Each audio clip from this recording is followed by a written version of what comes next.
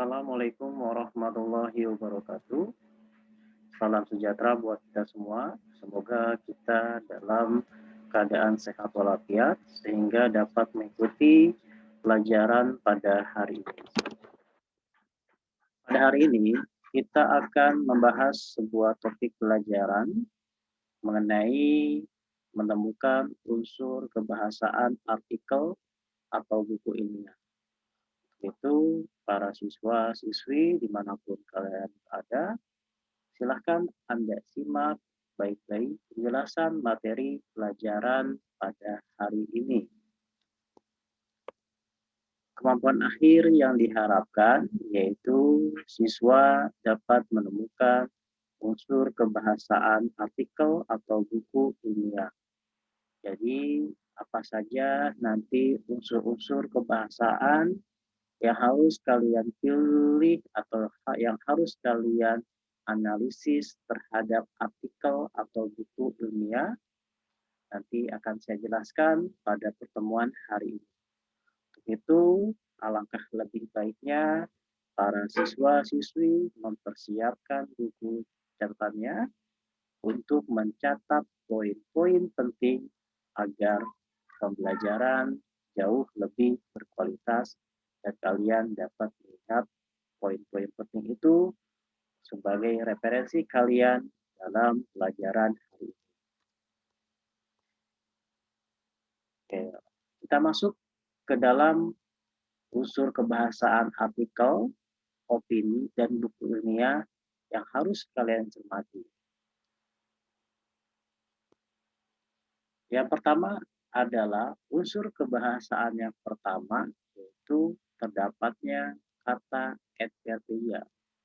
Adverbia ialah kelas kata yang memberikan keterangan kepada kata lain seperti verba, kata kerja, dan adjektiva, kata sifat, dan yang bukan nomina, yaitu kata benda. Jadi, adverbia ini fungsinya merupakan keterangan ya, kata keterangan, seperti kata kerja. Ya, misalkan kata kerjanya adalah makan, maka kata adverbianya misalkan selalu makan atau jarang makan. Itu kata kerja. Adjektiva misalkan cantik gitu ya, atau ganteng atau manis. Misalkan selalu manis ya, atau selalu terlihat cantik gitu, dan lain sebagainya.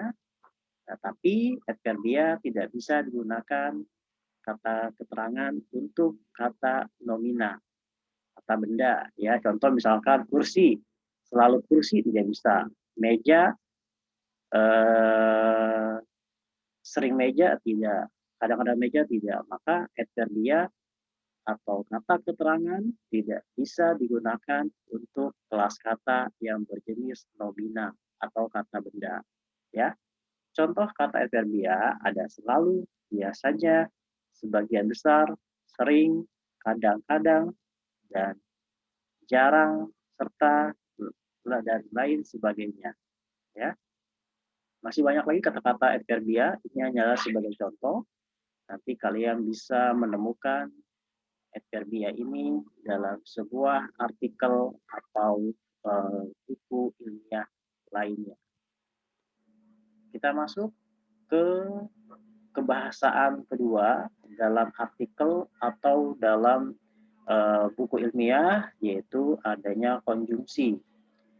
Konjungsi adalah kata atau ungkapan yang menghubungkan dua satuan bahasa yang sederajat, yaitu menghubungkan kata dengan kata, frase dengan frase, klausa dengan klausa, serta kalimat dengan kalimat untuk menghubungkan hal-hal tersebut.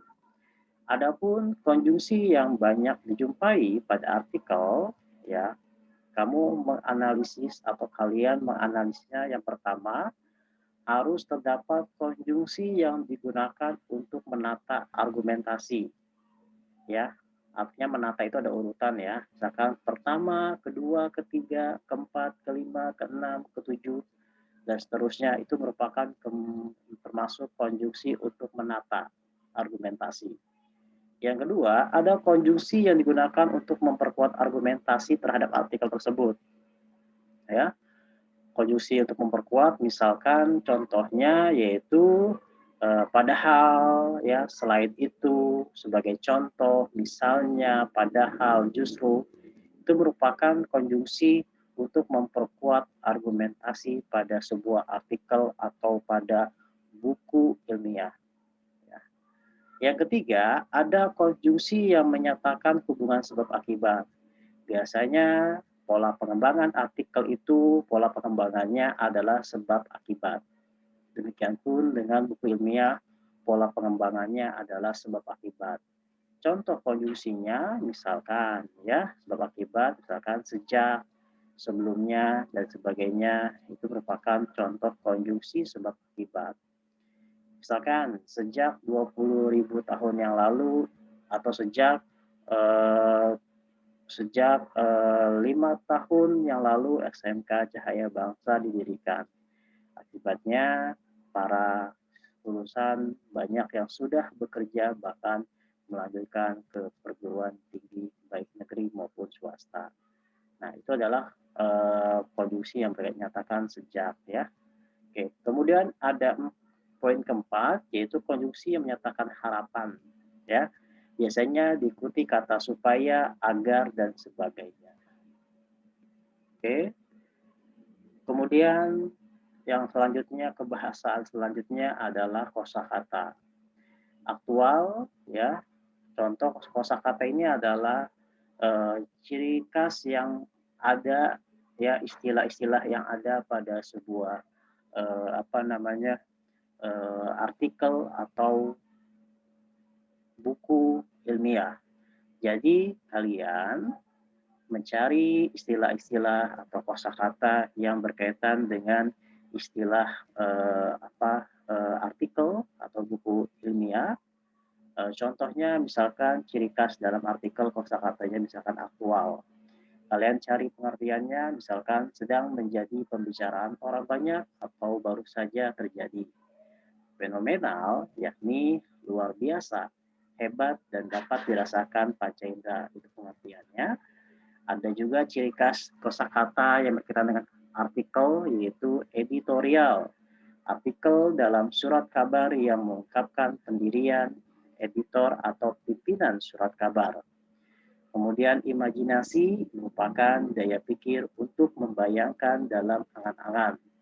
Jadi kalian nanti mencari kosakata yang berkaitan dengan ciri khas yang terdapat pada artikel seperti contoh di bawah ini yang tadi saya jelaskan. Nanti kalian cari beberapa kosakata yang kalian cari berdasarkan apa yang terdapat di soal tugas kalian. Nanti kalian cari definisinya baik di KBBI, baik kamus ya, Kamus Besar Bahasa Indonesia, atau KBBI online, ya, kamu buka saja KBBI online, nanti ada pengertian kata yang sedang kamu cari. Ya.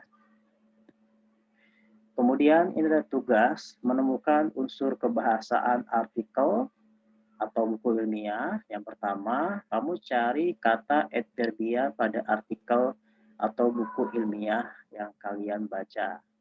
Cari kata-kata seperti itu, kemudian berikan kutipan pada kalimat artikel tersebut, ya. Yang kedua, carilah konjungsi pada artikel atau buku ilmiah yang kalian baca. Cari konjungsi berdasarkan teori yang tadi saya jelaskan, kemudian kalian berikan kutipan kalimat pada artikel yang kalian baca. Yang ketiga, carilah minimal 10 kosakata beserta artinya pada artikel atau buku ilmiah yang kalian baca. Carilah carilah arti kosakata tersebut pada KBBI atau KBBI online, ya.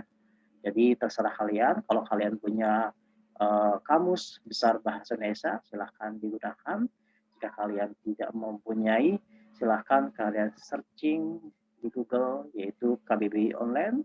Nanti kalian cari arti kata-kata yang kalian temukan pada 10 kosakata yang terdapat di artikel tersebut.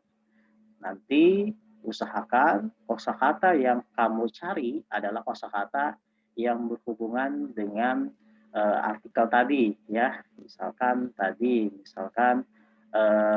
apa namanya, aktual, ya.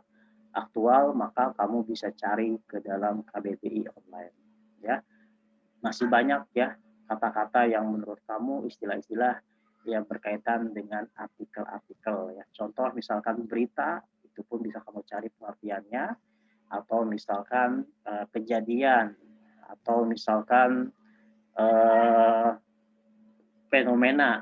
Apa fenomena yang kamu cari di KBBI online, itu sebagai contoh saja. Oke, terima kasih para siswa-siswi dimanapun kalian berada. Semoga kalian dapat memahami mengenai teori yang saya jelaskan pada hari ini. Dan bila mana kalian kurang memahami teori, silakan kalian diskusikan dan tanyakan kepada saya. Dan semoga kalian memahami tugas-tugas pada hari ini. Semoga ada manfaatnya. Kita cukupkan saja penjelasan pelajaran pada hari ini. Semoga ada manfaatnya. Kita tutup saja pelajaran hari ini dengan mengucapkan hamdalah. Alhamdulillahirrabbilalamin. Assalamualaikum warahmatullahi wabarakatuh.